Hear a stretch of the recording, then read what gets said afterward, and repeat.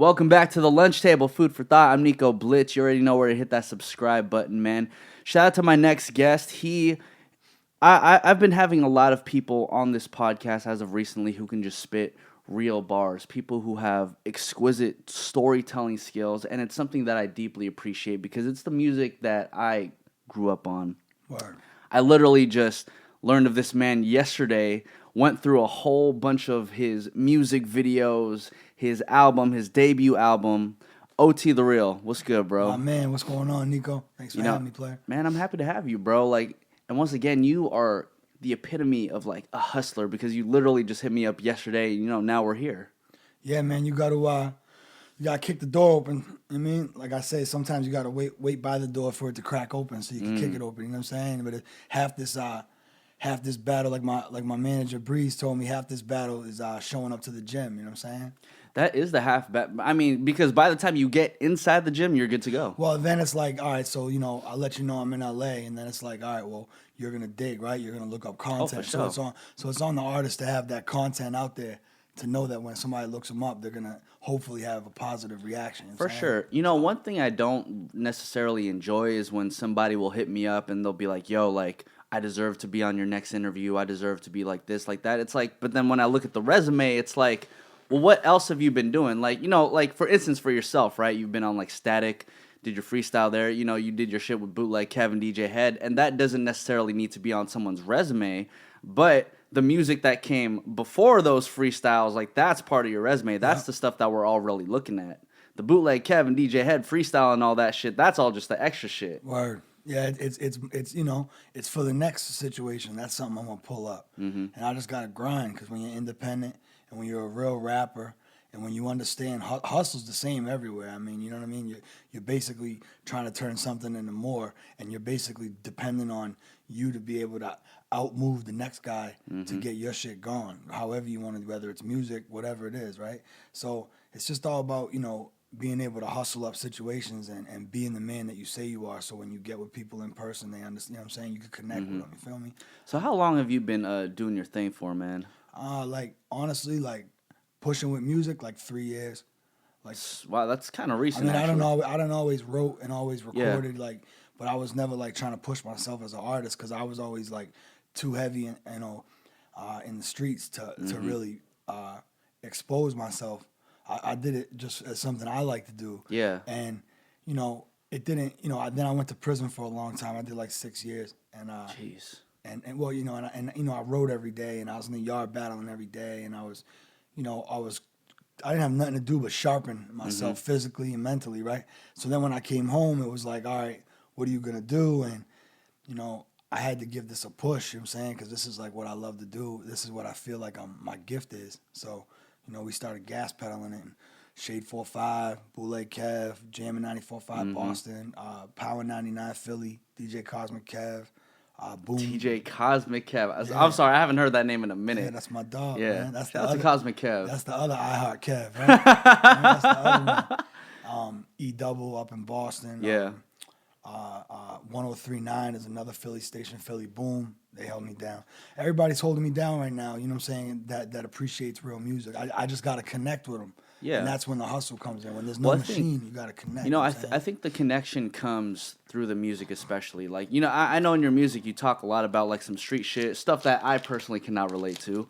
But, there are a couple records on the album that I can relate to. For one, you had the visual to Addiction. Yeah. And, Addiction is something that we can all definitely, relate to in some sort of way. Absolutely. But, to my point being is that I feel like MCs like yourself, MCs like Ritz as well, you guys tap on subjects that people don't normally want to talk about anymore.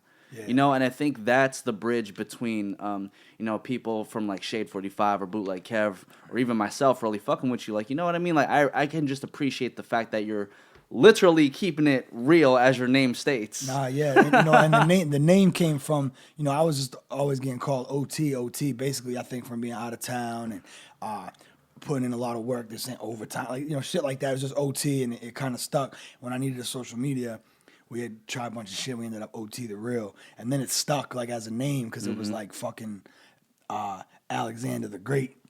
OT The Real. You know okay. I never was sitting there at the self-proclaim, but my music my music matched that name so well because a lot of cats that I knew in different places I lived, where I did time in prison, whether it was Delaware, Florida, Massachusetts, fucking Pennsylvania. I did a lot of, Damn, that's everywhere, I man. had a rough paper route, you know what I'm saying? Yeah. But I learned a lot, and now it's my time, you know what I'm saying? So being in the system for, you said like a span of like 6 years, and for as many times as you did, like, do you think that you needed that time in order to figure out, like, like the rap shit is fucking really right. what I I want to wasn't do? as nice. I was more like influenced by like whatever was on the radio, and I would go and do that. I would go and try to do that, and I'd never even fucking release it. And I was Yeah. just worried about getting money, and it's like, it just all started to come together. You know what I'm saying? And now I'm just rolling, and I ain't gonna stop rolling. You feel Yeah. me? So. During your time there, were you just like really solely working on your penmanship? Were you like picking up dictionaries, trying to learn new things? Were you reading any books? Yeah. Reading books is heavy, man. You gotta really have a vocabulary, man, and you don't gotta be all like, like I'm good right now, bro. Cool. Yeah. You don't gotta be all like fucking super crazy vocabulary. It's just as long as you could get across what you're trying to say to the people, as long as your core audience can understand you. Like, you're never gonna be able to get understood by everybody. You're always gonna have to cater to a certain audience. If other people come to it, word, you know what I'm saying? Like, even the addiction song, some people they sickened by it. That shit triggers them. They want, it makes them want to get high or something. They don't want to see that video. Yeah. That's They might hit interesting. me up and say, "Yo, good shit on that video." I can't fucking watch it though. Can't watch the needles breaking the skin. I can't. I mean, shit makes me want to go get high. So nothing's for everybody. But you just got to put shit out and hope your shit connects. It's like putting paint on the wall and hoping your paint sticks. You know what I'm saying? So then, seeing as how, let's say, the addiction video, because what I got from it was that you were warning people about addiction and how how about you the can, opioid epidemic hitting Kensington, which is a neighborhood in Philadelphia. bro, the little the snippet that you put at the end of the video from, I think it was some sort of like news, right? Yeah, like it's real shit. something about like Kensington being like the number one opioid place like on the East Coast. I'm just man. like, wow. It's a rough spot, man. Like I said, I wasn't born there. I landed there. When I landed there, I was on the run from a couple different states. I had warrants and shit, so I had to lay low in an environment where shit was hectic, so I could lay low. And I didn't know what Kensington was. You know what I'm saying? I just knew that that's where I was at. You know what I'm saying? And then as I started moving around, started coming up, and getting a helicopter view of things, I was like, damn, I was in the danger zone. You know what I'm saying? But Hell yeah. that's what, you know what I'm saying? It's like you were trying My to get relationships came from there, though. Your relationships come from the realest places. You know what I'm saying? How long were you in Kensington for? Shit, like it's been like 13 years. 13 years. Yeah. Like on and off with some prison time in between, though. Yeah. But yeah, man. And then over there, you were basically just like running around doing some street shit, huh? Yeah, man. But I did my time. You know what I mean? I'm not rapping about no shit I'm doing now. I'm rapping about shit I did before that I already got convicted of. I'm not out here saying I don't do that. That was before. But when I rap about, you know what I'm saying, that, because they be trying to come and fuck with you, talking about sure. stuff, you know what I'm saying? But yeah, I just rap about shit I've been through, man, and it's going good. Without saying any names, though, you know what I'm saying? For sure. Know what I mean? Telling. Now all the raps are just like moving forward, and the situations that you learned from the situations in the past. Yeah, man. And it's like, I'm meeting a lot of dope people, man, that want to do music, you know what I'm saying? And like, look at you know what I'm saying? Connecting, so, dots are connecting. Speaking of that too, man, like I know you were just in like the studio with like Scott Storch and everything. Like, how was that, man? How did that even happen? Yo, that was dope. That was one of the dopest things I ever did, man. Like, shout out my man Gifted Music. For helping connect the dots. Shout out to the big homie Steve Lobel. Steve Lobel. Yeah, Steve Lobel showed me nothing but love, man. Like, from the gate. You know what I'm saying? He's a busy dude, you know what I'm saying? But every time I ever, connected with dude, he always was like, told me he thought my shit was hot, thought I was nice. You know what I'm saying? And I seen the cats he worked with before, and it's, the greats. You know what I mean? You know what I'm saying? So shit like that keeps me going. How was the session like with you and Scott though? It was dope. It was we got there. Scott laid down a melody. We were feeling it. He's just the key master, man. He just sits there. And it's fucking crazy, man. Legendary shit. Yeah, man. Dope ass studio joint, and we went in there and got it done, man. And that joint's gonna be dropping sometime in 2020. We're still letting my album roll out. You know? Oh, for sure. We're gonna be dropping videos and shit soon. Because I think what tends to happen is people will drop an album and then they're already going to tease the next album and the next single. It's like, but you just dropped the album. Let the album just, you know what I mean? Just let it chill for a bit. You got to, man. It's all about believing in yourself. You know, you might stop like believing in your album because it got old to you.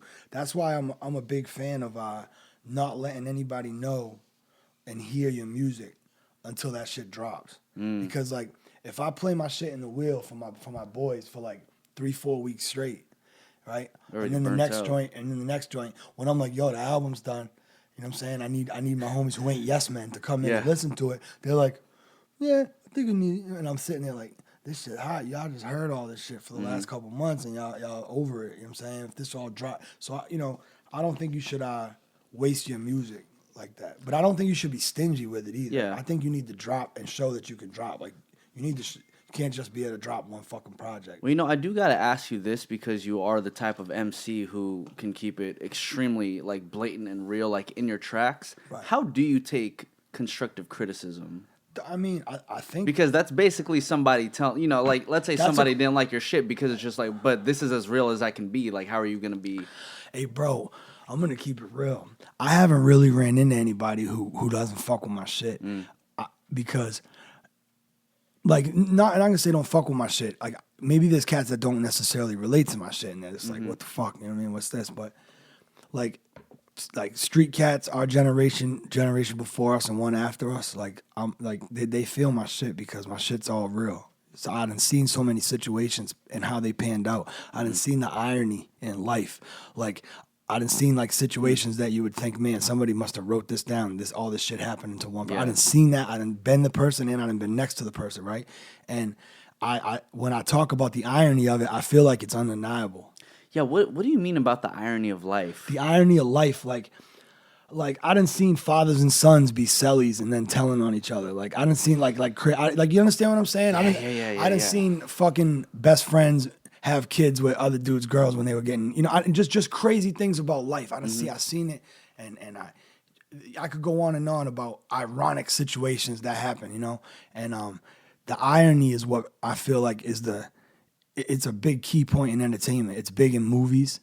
Irony always comes together at the end. That's what makes it so dope. You know what I'm saying? And I feel like it's the same thing with music. It's like, you're talking about the sunshine and you're talking about the rain and you're talking about how they both bring each other. You know what I'm saying? Like my man had 100, he was no, but he got no. But he got, you understand what I'm saying? And and then people are like, damn, it's like a roller coaster ride, like what you call storytelling. But it's like, without giving names, it's more like the irony, history. I think the irony is something that keeps the balance between the two. You know what I mean? Because like I think like in this roller coaster we call life, like we have our highs and our lows, and our life can't always be on a high. Like you hear stories about like mega producers or like even like mega artists go through like their highest points, but then you'll know that like their darkest points are always kind of like it's always within the industry and people don't necessarily know about it. It's ironic when we look at these situations and be like, well, this is the life I want, but you don't even know that this is also the life that they're dealing with too. Yeah, there's definitely two sides, you know what I'm saying, to every coin. But I feel like the outcome of any situation is going to depend on how you go into it, if you go into it righteously or not. Like, I'm not out to get nobody. I'm literally just out to provide. Like, I've been through the down points. I think it's very valuable if the people that you're about to work with have all been through a bunch of down points. Yeah. Because they know how to stack, save, hibernate. They know the ins and outs. When you're with somebody who's never fell, it's like they can't really tell you nothing about when shit goes bad, like what you say, how it's not always going to be good, right? Yeah. Well, I know what it's like when it's bad. So I'm saved up for like 10 bad times right now. You understand what I'm saying? That's a good way to go about things. Well, that's how you got to move. This shit it's never sweet. But as far as like constructive criticism and how it goes with fans and people, whether they take to me or not, I really don't have nothing too crazy. You know what I'm saying? A little bit of hate in the hometown. I mean, but that's always a given. Yeah, but that shit just makes you pop more. You know what I'm saying? So Hometown, where is it exactly? It's Philly. Okay. It's Philly. I mean, I'm born and raised in Massachusetts, but I left there when I was a boy. You know what I'm saying? I was young, you know, in trouble and skated out of there. Went to Delaware, Florida, and then ended up in Philadelphia. You know what I'm saying? And that's when I ended up going away for a few, and now I'm back. Now you're back, man. Correct me if I'm wrong, but isn't Cassidy from Philly? Yeah, I got a joint with Cass. Oh, yeah. I mean, I saw that, bro. So then how did that happen? Management. It was like, yo, you know, trying to connect the dots, helping me see what type of people I need to work with so that their following would take to me. You know what I'm saying? So I fuck with Cass. Shout out Cassidy. Yeah, we're right. You ever think about doing records with like Meek Mill? Yeah, fucking right. Hell, you know what I mean? Biggest thing for our city. Did a lot for our city. Did a lot for the brothers behind the wall too, you know? The whole reform and everything he's involved in. He don't got to do that. Yeah. He's rich. He could just go fade off, but he don't. He stayed in the mix and stays pushing and stays trying to, you know, make sure people got their rights, you know? It's dope. And that's how you can tell somebody like Meek Mill just has a good mind on his shoulders because, as you said, you can easily just get your money as a rapper, leave the shit, and never have to deal with the hometown, you know, politics anymore. But to be able to acquire the stature that Meek Mill has obtained and give back to the city in like subtle ways, you know, it's important to do that. Like, do you personally have any like mindset to do that like later on in the future? Yeah, well, one thing that I did was I teamed up with Daybreak for the Addiction song, and that joint's about to be at 1 million on Facebook. And it's moving around. There we go. Yeah, it's dope, man. Because you know, out of all my songs, it's kind of dope that was the.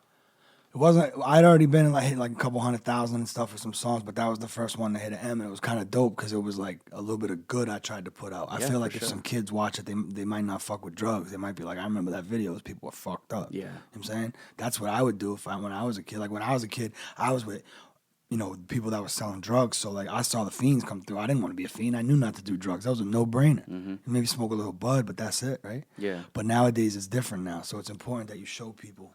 Well, that's why nowadays it's hard for. I feel like it's hard for a song like Addiction to compete where you have 16, 17, 18-year-old rappers who are talking about like all they do is drugs. Yeah. So you know what I mean? And then when you look from like a kid's perspective, it's like, do I listen to OT the Real who doesn't necessarily look or embody the image that I want, or do I listen to SoundCloud rapper A who's talking about all this shit? Right. Well, I mean, you know, you ain't gonna be able to stop people. There's people out there that want to do drugs. I mean, if hustlers wouldn't make no money if there wasn't. You know what I mean? That's how it's going. I mean, there's definitely gonna be people out there who want to do drugs. That, like I said, that's for them. You know what I'm saying? I'm not saying like, you know, I'm not like the fucking dare officer. You know, like, you know, but I would like it if kids did see my shit, and when my legacy goes on and they talk about this hard music that I put out, they can say, hey, there's some irony to it, right? They can say, hey, check this out though. Check out the other side of this. You know what I'm saying? So shout out Wayne Campbell, shout out Daybreak, everybody that has something to do with addiction. Yeah, man, we're real proud of that. I directed that. I wrote the treatment out. Oh shit. Yeah, I wrote the treatment out. I hired the actors. So then Wayne edited it. Wayne chopped it up. You know what I'm saying? So then listening to the song, is it really about like somebody else's addiction that you're commenting on? Because even in the music video, you have old girl, like, and you know, you're kind of like that angel on her shoulder, trying to like whisper in her ear, like, you know, like you're doing this type of shit again. In the video, I play the addiction, so I'm not. I guess I'm not a person. I'm like, you know, no one can see me but her, right? I'm right there with her, right? And you know, if I don't know how to put it into words, like my zone over there, like them couple neighborhoods, whether it be Kensington, Richmond, but it's really the whole Philly. Like the whole Philly is whacked so hard with everybody on opiates. You know what I'm saying? It's easy to paint the picture I painted. I mean, it was a no-brainer. Mother running out the house to get high. Fuck this. She running out like I had enough. Dude's at the door with the baby. Like, the fuck are you going? She's going to get high. It's fucked up, but it's like that's what's going down. And I see it. Like I said, I be, you know what I'm saying? So I put it down. I don't be like putting real people's situations that I know and their names out there. But yeah, they can relate. You know what I'm saying? But that's kind of like it's nothing I haven't seen. The whole video ain't nothing I haven't seen. You could walk down Kensington Ave, right? And you'll see all that. Hundreds and hundreds and hundreds of people outside of one area, you know what I'm saying? You know what I'm saying? It's a rough spot, you know what I'm saying? That's crazy. And it's crazy to think that, like, Yeah, I mean, I know your song "Addiction" could potentially help a whole bunch of people, but it's like, I've never been to Kensington, I've never been to Philly, and I'm over here thinking about like, what does the city really have to do to try to, maneuver their way out of that situation? I feel like I come to LA and I see out here there's a high amount of homeless people out here. You know what I'm saying? Crazy, yeah. Right, and it's the same type situation. Like, what do you do? Like, you can't. You know what I'm saying? It's fucked up. You know what I mean? Like, I don't want to like shit on nobody because they're homeless. You know what I'm saying? Tell them, you know what I mean? I couldn't. How the fuck you come at somebody like that? But at the same time, you don't want nobody on your shit either. You know what I'm saying? So where does any city put? There's nothing you can do. All you can do is try to make sure that you don't wind up one of the people. That's all you can do. That's true. And help and give back as much as when you can, if you can. But you got to make sure you're good. If you can't pour from an empty cup. You know what I'm saying? I heard that. I heard that, man. I definitely heard that, man.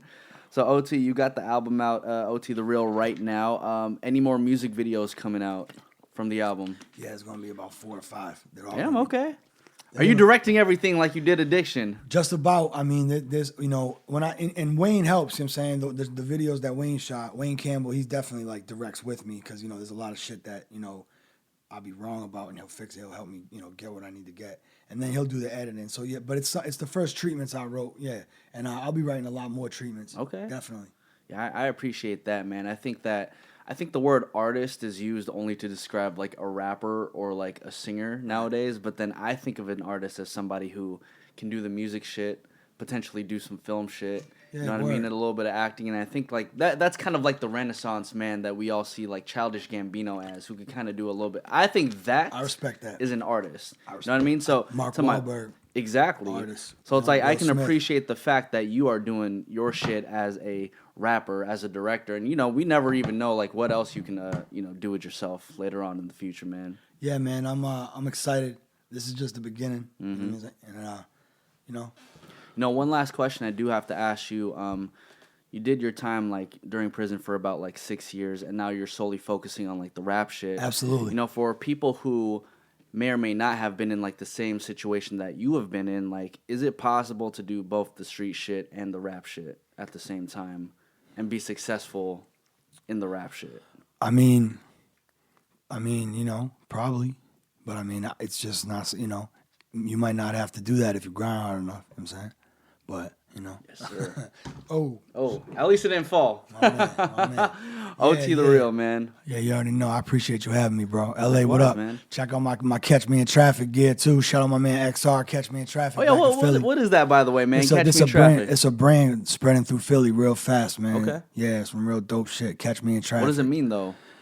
I think it's got a lot of different meanings. Mm-hmm. But to you. Like, it could mean a lot of different things. It could be like, yo, like you trying to get up with me. Yo, what are you doing tomorrow? Oh, you tomorrow? Oh, yeah. Catch me in traffic. All right, word. Or like, pussy, I'm gonna catch you in traffic on the side. It could be, like I said, it's the irony, man. It could go up and down. It's whatever it means to you. You know what I'm saying?